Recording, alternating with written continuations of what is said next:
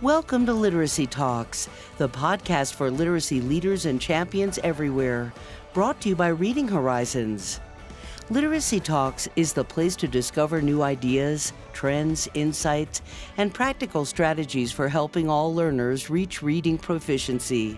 Our hosts are Stacy Hurst, a professor at Southern Utah University and Chief Academic Advisor for Reading Horizons; Donnell Pons, a recognized expert and advocate in literacy, dyslexia, and special education; and Lindsay Kemeny, an elementary classroom teacher, author, and speaker.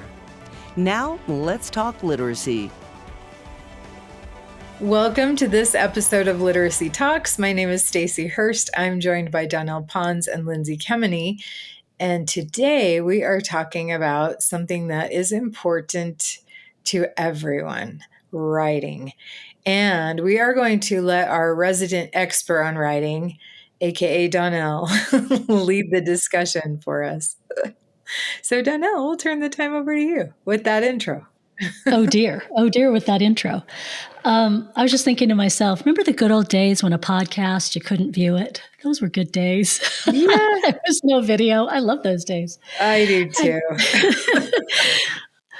Okay, so yes, writing. And we talked about writing quite a bit on the podcast. And what we're going to be doing today is, this is kind of framing us up to be talking about writing a few times throughout the season. So that's just a note that this won't be our only opportunity, and we intend to insert writing a few times and even have some interviews. We're hoping to be able to line those up. Folks are really busy this time of year.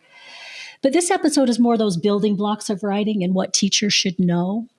And we've discussed, as I said, writing instruction many times. Sometimes it's framed within a conversation about structured literacy, and sometimes we've discussed a new book that helps provide teachers with some writing support. And today we're going to talk about the simple view of writing and then the not so simple view of writing as a way to understand maybe the two main components, transcription and composition, and then for the not so simple view, executive function. Because we all realize how very difficult it is to pull this whole thing off, really.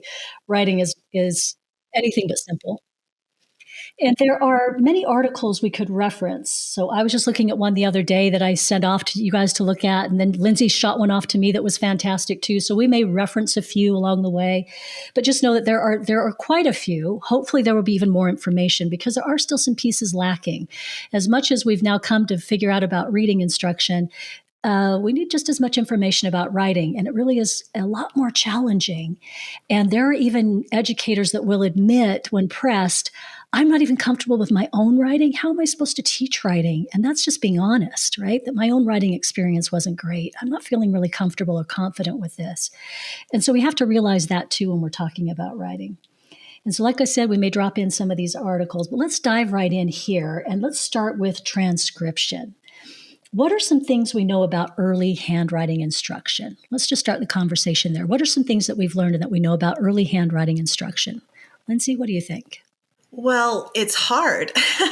You're talking about transcription, and, there's a lot there because you need to recall from memory what that shape of a letter looks like. Right. So it's, recognizing the letter in print, in reading, is easier than then retrieving it from memory. And not only do those students need to retrieve what, the symbol looks like, but they need to remember how to form it.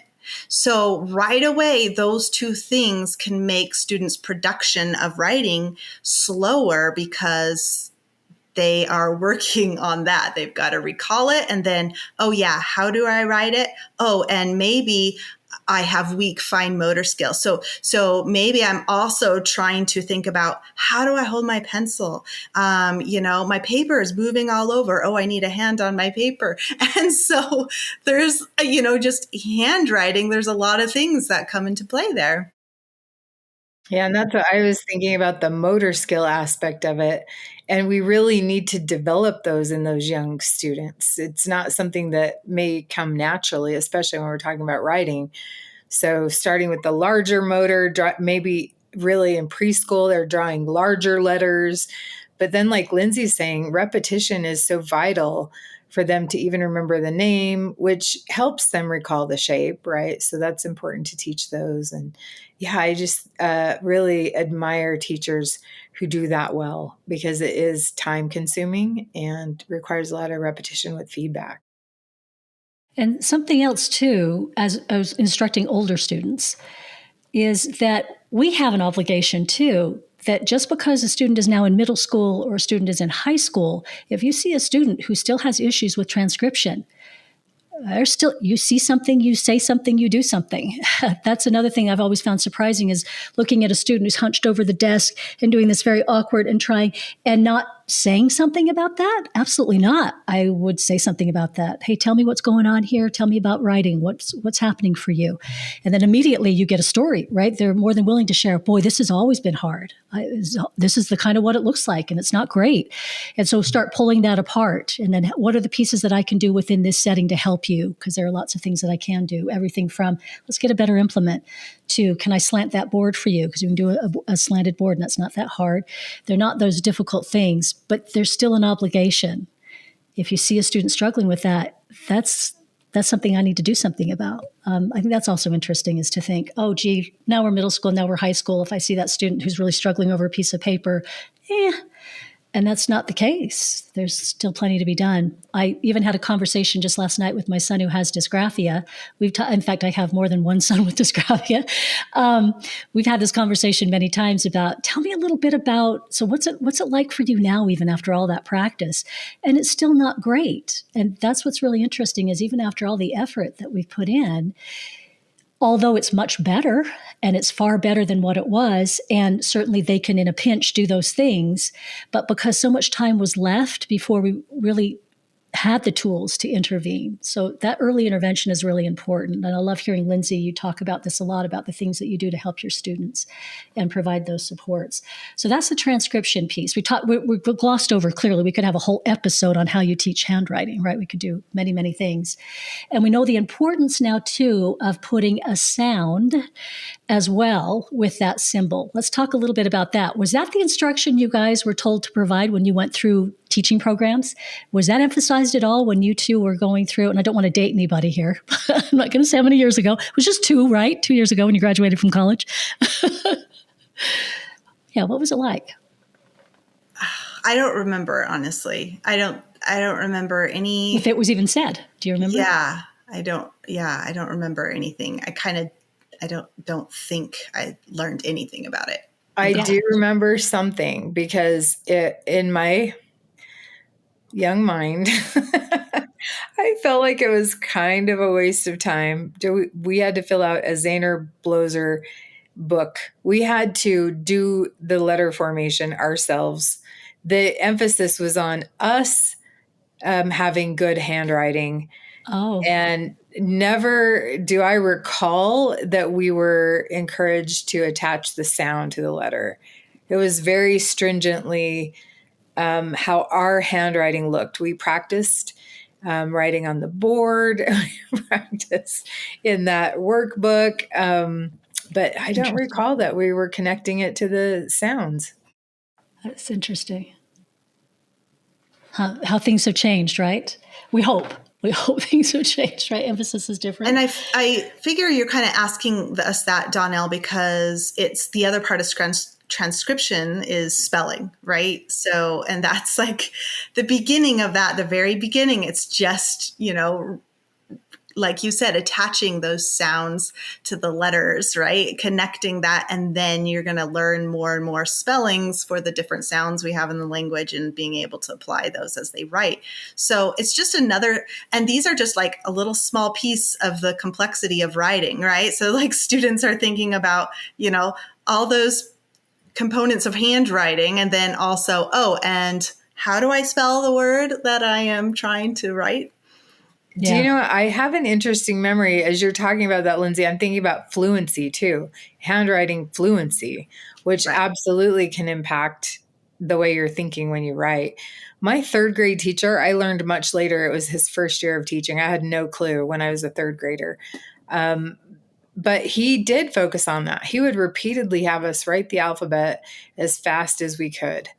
And I think the faster I got, the worse my handwriting got. But when you think about the opposite end of that, right? If it is so laborious to write, I mean, that falls into, we're talking about accuracy, but also automaticity in this regard too. Mm-hmm. Yeah. So thinking about that, already if you have a student where this is a challenge for various reasons, and you're clipping along in a classroom, because we need to keep moving along, and a lot of the students are now getting more automatic with it. So when that teacher says, oh, let's quickly write them as quickly as we can, and at least, Stacey, yours are somewhat legible, right? You realize they're probably getting sloppier, but you're able to do that rather quickly, and it's getting faster and faster. But what about that poor student 2 seats over, and they're not even halfway through that alphabet yet? What's typical in a classroom? Is there time to slow things down for that student, or do things keep moving? What's typical? That I think, especially when it comes to these skills, we keep moving. I think the other thing, just because I brought up third grade, and I'm curious, both for you and Lindsay, Donnell, you and Lindsay, because you have sons who have dyslexia. Donnell, you have a son with dysgraphia. When they learned cursive, how did that impact their writing? Was it harder for them to learn, or was it smoother? Did it, what do you think? Because that's a whole other layer of, okay, so for years we've got this down, but then also now we have to learn a new way to form the letters. So, and my son has dysgraphia as well.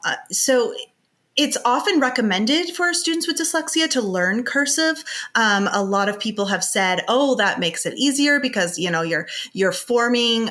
All the letters are starting at the bottom. You are forming like the B and the D very differently. You have to. I mean, I do teach my students to form those differently in manuscript, right? But in cursive, definitely they are, and that's all supposed to help. For my son, the problem we had, like cursive was not easy. It took him a while already just to learn manuscript. And I do think that is best, like in kindergarten, to start with manuscript because that is what they're seeing in print when they read more often. And I know people are on both sides of that issue. But for my son, when they were learning cursive, it was like third grade, and he was usually not in the room when they were doing cursive. So he was being pulled out, for special education for his resource. So he was missing all the cursive. And so it's not something that he got a lot of, instruction for. And I would provide intervention for him, but I never focused on cursive because we were just working on a million other things in our time together. So we didn't get to it. Yeah, I'm so glad, Lindsay, you tackled that question first because I thought I'm going to sound so negative. But we experienced the very same thing. Okay. So because your son is being pulled out, mine was being pulled out as well, he would miss all of the instruction. So I remember vividly when cursive was being taught, fourth grade, it happened to be fourth grade at our elementary school, because he was consistently held after school because he couldn't finish the cursive because he didn't know how to do the cursive. And we also had tutoring after school. So then that butt up against tutoring. And I just remember the stress of trying to race to each of those things. And cursive became a real burden. Cursive became a real burden because, as you've pointed out too, Lindsay, we were barely getting penmanship, just getting the letters and how to form the letters in that way. That still wasn't automatic, right, by any means. And then we're being introduced to what is now what feels like to my son an entirely new language, only you've missed the language lesson. You've just come in for the end when everybody's speaking the new language that they've learned. Right. That's what it felt like. Yeah. Yeah, so it's really interesting. But we don't think about those things. That's the thing, is that nobody's putting two and two together because this is the child that's getting slotted in different spots throughout the day. And so no one person is looking at that going, wait a minute, was he even there for that instruction? Because it's a busy day, right? Classrooms are full and it's a busy day. And I think that's one of those things that we could spend more time on, is looking at where that student is and being more student-centric, student-focused on what does that student need and what has been that student's experience today. No more important than with writing, this very challenging skill that we're asking them to pick up. So it was interesting because one of the studies I referenced was one that's talked about name writing at school entry, predicting later spelling and handwriting, but not directly overall writing success. So what should we make of that? The writing of your name can be predictive of some things, but not everything, and it wasn't predictive of later writing, but it was predictive of some things. And Lindsay, how do you view name writing? And Stacy, I'll ask you too, name writing by a student when they enter the classroom. Interesting, because I guess I mean, I don't know that I've thought too deeply about this. And then you sent the article and it was saying that, because I think, I just kind of wonder, well, the students that come in and know their name pretty easily, I can see how that's, predicting of how they're going to do in some ways, because those students probably pick up on, letter names, sounds, the formation a little easier than the ones who don't. So it's definitely a red flag for the ones that come in and have no idea how to write their name. Now, I will say it could be just that they haven't had any instruction, but you see that really quick, because those ones will pick it up really fast versus the ones who are still struggling to remember the letters in their name. It's just kind of clues you in as a teacher to this student's going to need more support, Yeah, it's probably a type of a screening, right? Well, it's part of the screening. Yeah. Well, that makes sense. And why is it that all of the students who have trouble producing R's have R's in their name? And why is it all the kids who have a hard time writing their name have like 6, 7, 8 letters in their name? So that has to be taken into account too, because our working memory comes into play here, and we can only hold so many items in that space. So I think there's a lot to that. Yeah. And names are irregular. I mean, I've seen some really unusual spellings for names because they don't have to follow any kind of, of English tendencies, patterns, of English. They can do whatever they want when they spell that name. So that also can be hard, because it is, in many cases, sometimes it is a random string of letters. And I even had a student who, had a very unusual spelling of her name. And I remember her father coming in at parent-teacher conferences, and he couldn't spell her name. There's a lot there, but it's not regular. It's harder sometimes because they have these unusual spellings. Yeah. What's interesting is it is part of, or years ago when I did the Susan Barton training for screening for dyslexia, it was one of the questions on there. This is for older students. So they were saying by 4th grade, have a student write their name, his or her name, and see, not only did they spell it, can they spell it correctly? How much time does it take them to do it? And what does it look like when they're done? That will tell you a lot, because at this point, the students had a lot of practice writing their name, his or her name. Well, even being able to spell it verbally, right? Like, I don't know. I just remember one student I tutored, he couldn't spell his last name right away, automatically, in print or in speech. And he was in middle school. What was interesting, in addition to that, they said that if they have a simple name like Ben, Sam, do they have a middle name? Have them write that as well. So again, they've seen it. They would know it. They'd have some familiarity with it. And if they're laying things down, they should be able to recall that, which is kind of interesting. Anyway, so just names, that's one thing that was brought up as well in transcription. How can teachers better recognize name writing as a matter of early transcription skills? We talked a little bit about maybe paying more attention to it in a classroom, particularly knowing ages. So I'm thinking here particularly of teachers 3rd, 4th, 5th grade. By that point, if you're still seeing a student struggling with that name, it is important. I think that is an important conversation. That should be a piece of what you're looking at overall for that student, is telling you something. If you see certainly by 3rd, 4th, 5th grade, that's still a challenge for that student to write his or her name, then we ought to be talking about it and looking at it. Yeah. And, we've already had the pet peeves episode, but if you don't mind, throw one in here. As many of you know, I teach college students. I'm preparing them to be teachers. I have students who do not capitalize the first letter in either of their first or last names. And when we go to schools, and they're turning in a paper to the teacher, like we'll do assessment, I literally have to say, you need to capitalize the first letter of your name. This is a job interview. But I'm also having my students do more writing in class, in large part to help them retrieve information. But I'm noticing all kinds of things like that with their names. With writing. Mm-hmm. Yeah, with writing. That is really interesting. So that kind of leads into the second question about alphabet knowledge in general. Tell me a little bit about, so Lindsay, in your classroom, alphabet knowledge stood out as a consistent predictor across years 1 and 2 for writing outcomes for students in that particular study that I've been referencing. Tell me a little bit about alphabet knowledge in your classroom and some of the things that maybe you're looking for in students to see. Yeah, well, they've got to, they have to be able to recognize the name of the letter, the sound of the letter. Then they also have to, like I was mentioning before, like recall that from memory. Definitely that's where, for writing, that comes into play. They have to recall it and they have to remember how to form it. So this is why in first grade, because even when I have students coming into my classroom in first grade and they know their letter names and sounds, and they might be already an advanced reader or just a little, above. Generally, no one, I don't think I've ever had anyone come into my classroom and really been proficient at handwriting and being able to form the letters correctly.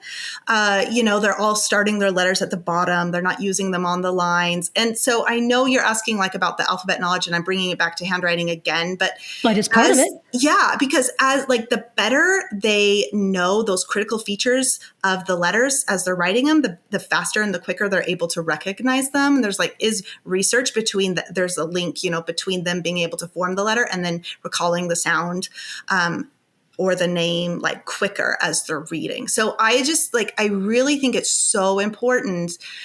And, really in every grade, but in first grade, a lot of times our phonics programs will just go ahead and start, we don't review or we barely review the alphabet. And I do like to, at the beginning of first grade, we spend a day on each letter going through that letter formation. And we're still reading and writing CVC words and everything, but we're focusing on the formation of one letter a day with my verbal cues that I use. And it just helps us the rest of the year. Even today we started some digraphs, and we're not doing the alphabet anymore.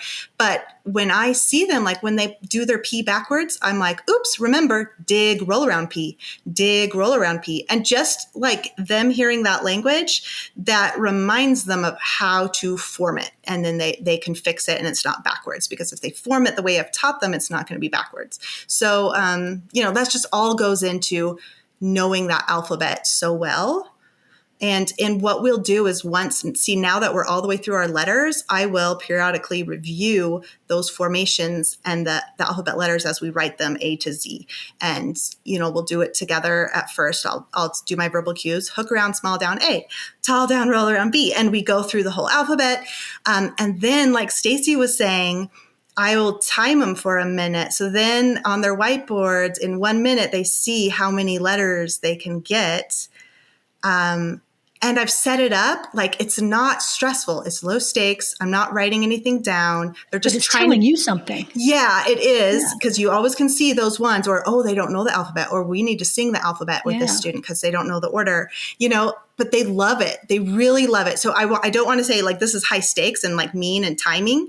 It is fun. And when we're done, they all kind of and they can't wait to show each other how many they got, or some will write the alphabet a couple times. And so, And I don't think that can be overstated, because I know this is an area I made a massive mistake when I taught first grade. And I didn't know better, to be honest, but I told my first graders, I just care that I can read it. Right. But what I started noticing, whatever they're writing, sorry to clarify, but what I started noticing is the students who had a hard time with the alphabet, specific letters, they would not form the same way every time. Even if it was correct in the end, maybe they started the A with, at a different point. And so as teachers, once I learned the research behind that, I started paying really close attention to the process and not just the end product there. So I don't think that can be overstated. It sounds like you do a great job with that, Lindsay. It does. It's fantastic. So, Stacy, what I'm thinking in my mind is, do you have to stop yourself from trying to do some of this instruction with college students? Because this could be something they also need, right? Yeah, for sure. For sure. Like I said, when I'm having them do our retrieval practice and exit tickets, and I give them note-taking guides. And those are also low stakes, to be Yeah. fair, but I'm noticing so many things: punctuation, capitalization, spelling. It's the beginning of the semester, so we're not really learning about phonics yet, but we're learning it's one of the 5 areas the National Reading Panel found to be critical. And Yeah. many of my students are spelling that word incorrectly. So I'm noticing those things. Yeah. I work with readers of all ages, and one thing I've learned, when instruction aligns with the science, learners start to believe in themselves again. That's why this free teacher license to Reading Horizons Discovery is such a big deal. It's everything you need to deliver structured literacy, and it's free for the whole school year. So simple to use, and it makes a real difference. Go to readinghorizons.com/free and get started. Seriously, this is a win for you and your students. Okay, there's something before we move on to some of the composition pieces. What are the implications for oral language screening and development given its role with writing? I don't think we talk much about that, but boy, we're hearing more about it, which is nice to hear. Give me kind of an evolution of things. So, Lindsay and Stacy, you can divide this up however you want, but I want to hear what you thought years ago versus how you do things now with oral language.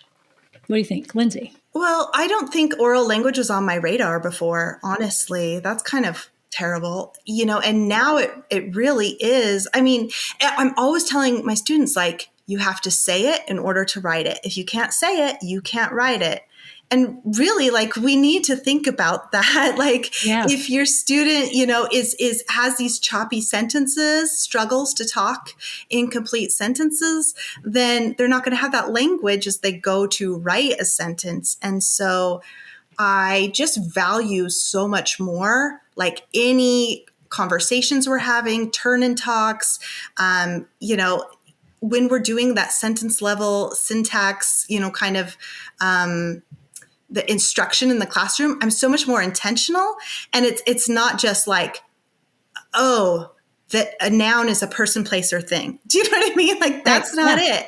It's like, does their sentence have a subject?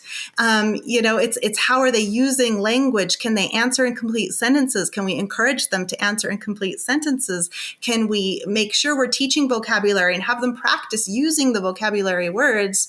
So there's a lot, like, I'm a lot more intentional with any of the turn and talks or kind of, conversations that I'm instigating in my classroom. Yeah. And I think that's just such a critical connection. So I did learn something called the language experience approach. And I don't know if either of you are familiar with that, but I learned it as part of my whole language training as a pre-service teacher. But essentially, you have an experience with a group of students, and then you talk about it. They talk about it, and you transcribe. You write down word for word what they say. So it might look like, Eduardo said that was fun. And you're doing all the conventions, as you would write, which I think is a good activity to help students understand the connection between speech and print. What was missing was it wasn't controlled for patterns that students could read, right? So I'm thinking all along the way that speaking makes writing less complex, to be honest. And I wish I had done a better job of that, because I even know I was somebody in honors and AP English in high school, but I was questioning my ability to put together a sentence well at that point. But if I had had all that practice in oral language first and pointing it out in speech, then it would make it a lot easier in writing to make the connection between the two. And I think when we're more intentional about having these conversations too, it does alert us to things that could potentially be a challenge for a student, right?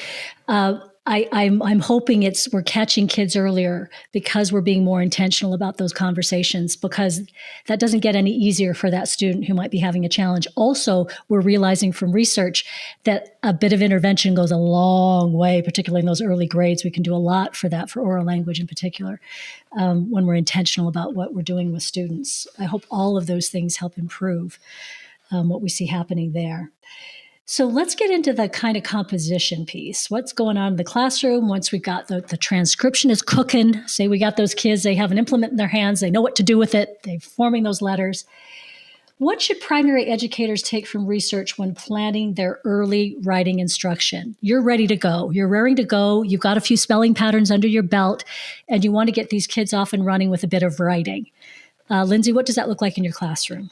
Yeah, well, first I'll say that I don't have to wait until my students have all mastered handwriting, spelling, Right. sentence levels before working on composition. I don't, or oral language even. Like we're building all of those skills simultaneously, and they all come together, and it's really neat. And there's like historically there are disagreements. There have been people who say, they have to master sentence level before they work on paragraphs, and that's that one study I shared with you guys. It is called.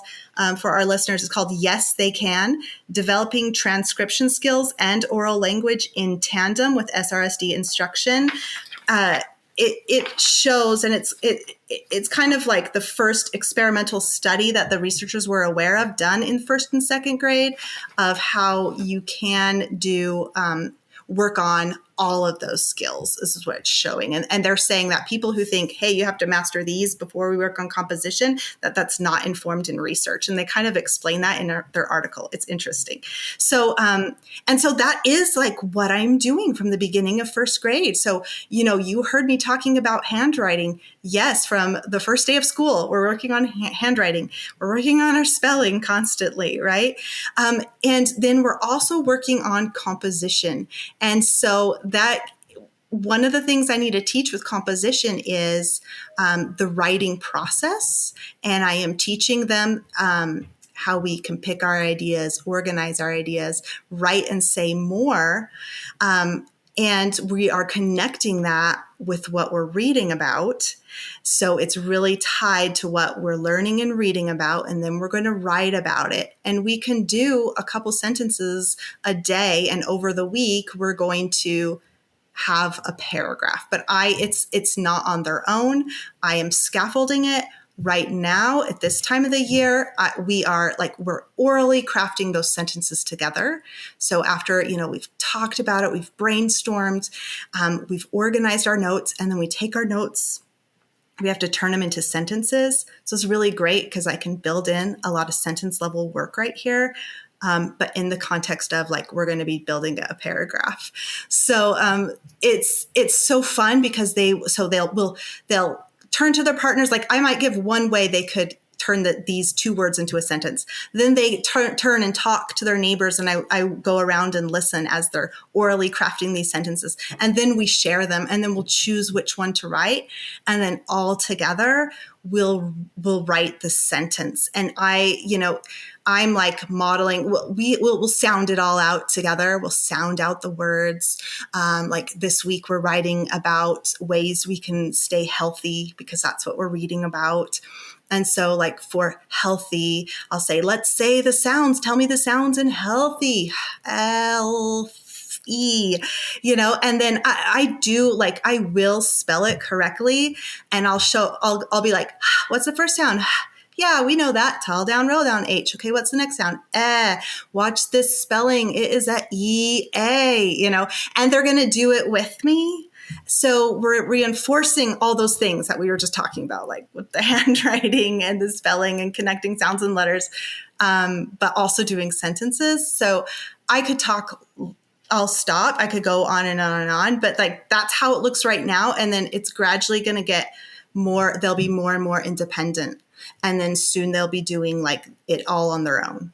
Yeah. I wouldn't say soon, but throughout the year. And to be clear, Lindsay, what you're doing too as the educator is you've got a good eye on what you've been teaching the students in terms of patterns, so you know where the spelling should be. And there could be some things that, yep, we've yet to do them, and that's fine. It's not going to impact whether we slow down or not. We're going to keep writing. But as an educator, you're keeping an eye on those things to make sure, okay, is my instruction holding for those students as they're doing those things? And that's how that all comes together, is because Lindsay understands where her students are headed and what she's taught. It's okay to be filling in these things and having the students write more. That's awesome. But Lindsay's also keeping an eye on those things to see where the skill gaps are. So I know some teachers are worried about that, but that's how that works. Yeah. And like, I'll say a pet peeve of mine, like Stacy did. We just did our pet peeves episode last week. But I had a teacher one time that, not I had a teacher, but I read on social media a teacher that was saying, she never would have her students spell any word that they hadn't been taught the spelling. So she was like, so I'm not going to have them, we're not writing about complex things because they can't spell that. And I'm like, oh, I think that is a huge disadvantage for your students, because what kind of language are they using? I want to elevate their language. And when they start writing on their own, like this week, I'll have them do the ending sentence on their own. It's not going to be spelled perfect because I'm going to say, write the sounds you hear. And it's okay. It's not going to be spelled perfect, but at this time, like, it's actually, in my opinion, a very important part of their progress or their development to be able to match, just listen to the sounds and write them. That estimated spelling is an important step. And the ones that always just want you to spell everything for them, they're missing that phonemic awareness step of really applying those segmenting skills and then writing what they hear, right? So when we spell everything for them, that's not always the best either, like when they're writing independently. Like, I'm just like, hey, don't worry, write the sounds So I like to refer to that as temporary spelling too, because sometimes like when they get it incorrect, and it's a good opportunity to teach about the writing process, because everything that gets shared should be edited, right? And that would come out in the editing. Like you would talk about, oh, let's spell this word. This is how you spell this word, and so forth. Yeah. And they don't have to be perfect right away. So even then, I'm like, pick your battles. If it's a high frequency word, like what, I'm going to want to show them that, because I don't want them writing WUT so many times that becomes, how they spell it. But, any other words, it's like healthy, or even like, okay, if they did was one time and it's WZ, okay. And I'll be like, I'm going to teach the whole class was, because we're writing, we're using that a lot in our writing. So I want them to know it. So I learned that lesson early on. I had my students literally week 1 of first grade label things in the classroom. And they were using, let's call it estimated spelling. So our prize box was a Priz box, clear until I taught the magic E, right? But if I had to do it again, I'd say, oh, we're going to put this, everybody's going to see it. It's published. So I need to, I'd add the correct spelling. But no, I think those are definite opportunities. And this is what I love about Aries phases. Writing is the best way to tell where a student is with that. And that will help you to move them forward anyway. So if they are spelling something like WZ, you know exactly where they are, right? Yeah. So it's so interesting because, Lindsay, you've walked us through the steps, and it's so nice to hear it broken down that way, thinking of a first grade classroom, because by the time a student lands perhaps in your middle school, high school, even college classroom, and they're really struggling with writing, it's kind of nice to go back, just like you do with reading, and see exactly those pieces, have a reminder of those pieces. Here in this student that's now sitting in that classroom, it's fully integrated, right? You're doing full integration, but never remove that oral piece. This is the piece that I see oftentimes missing for the older students in their writing instruction, is the bypassing of what can be a really important aspect of writing, and that is the oral conversation piece, having a student discuss what they're going to write. We skip that step. I can't tell you how many classrooms I walked into and it's like, well, when are we going to talk about it before we write? Yeah. And there's no conversation. It's critical. It's a very critical piece. And you just heard Lindsay talking about it in her classroom. So don't forget it, right? And those students need an opportunity. Well, and those older older students too, like, don't you think the breakdown is always like they don't know how to organize their thoughts to begin with, and they don't do an organized, and I just have to give a shout out to everything I've learned from SRSD and Dr. Karen Harris and Think SRSD with Dr. Leslie Laud. This is like where I've learned all this amazing information.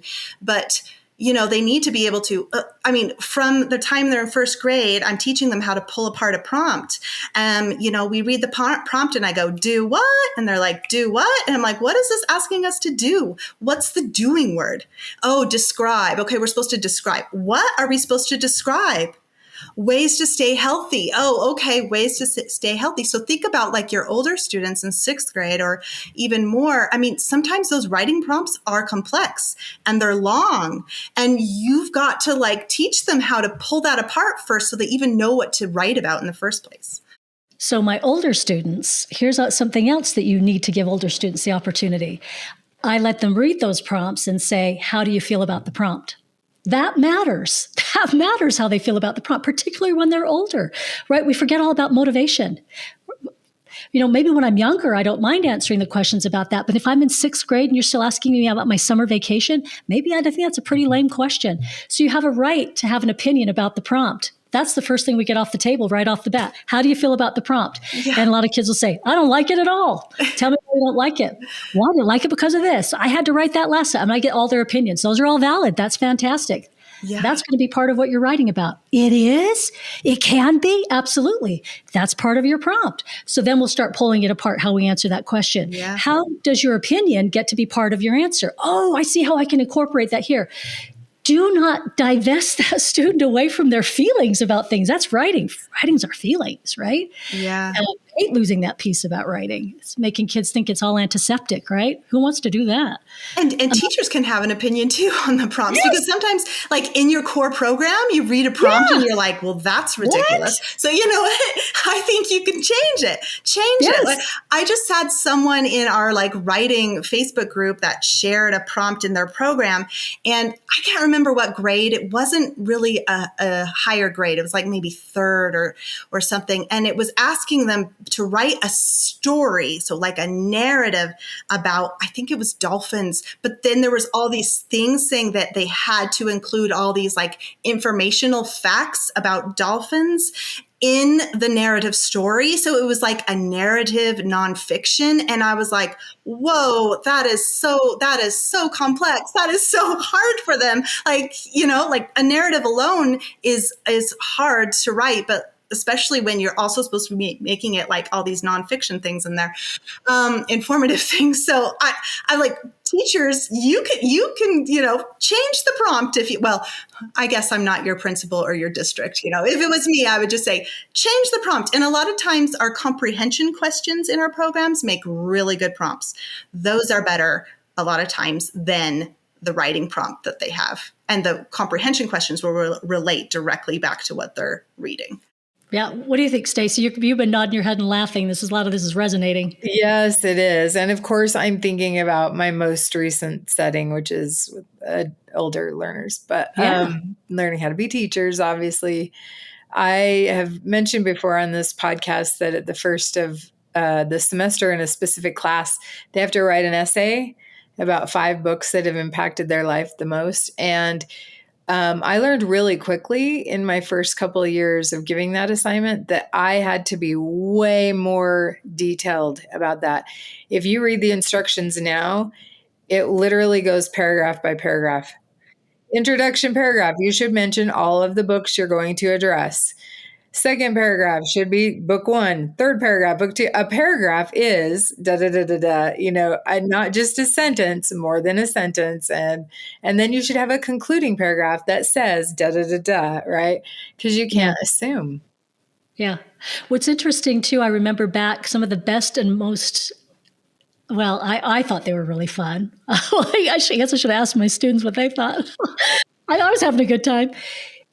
Doing the prompts with my students. So I always would reserve a few where I would do it too. And then I would they'd read theirs and I'd read mine, and we'd laugh over our differences or some of the similarities. And they thought that was a lot of fun too. So it's also I'm never above the assignment I'm giving my students, ever. I mean, that's the other thing too, particularly with those older learners, because that gets really tiresome to them to think. It's just like somebody watching you go around the track and yelling, "Good job, give me another lap." That's not fun to have that person yelling at you about running another lap. How about you come down here and run a few laps? Donnell, are you suggesting that I write that essay? I cannot choose 5 books. Yes, Stacey. How would I do that? How would I do that? I would not feel, I'm a hypocrite. See? Well, I can give them other exemplars.